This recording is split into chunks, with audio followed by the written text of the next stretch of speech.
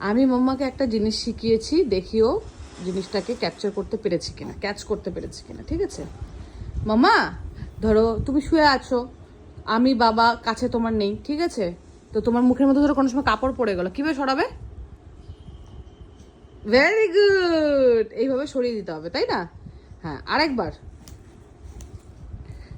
এই যে, সরাও সরাও। আবার ভুল কাপড় ধরে নিছে। মুখের কাপড়টা সরাও, জান, এটা না, মুখের কাপড়টা সরাও। হ্যাঁ, মুখের কাপড়টা সরাও।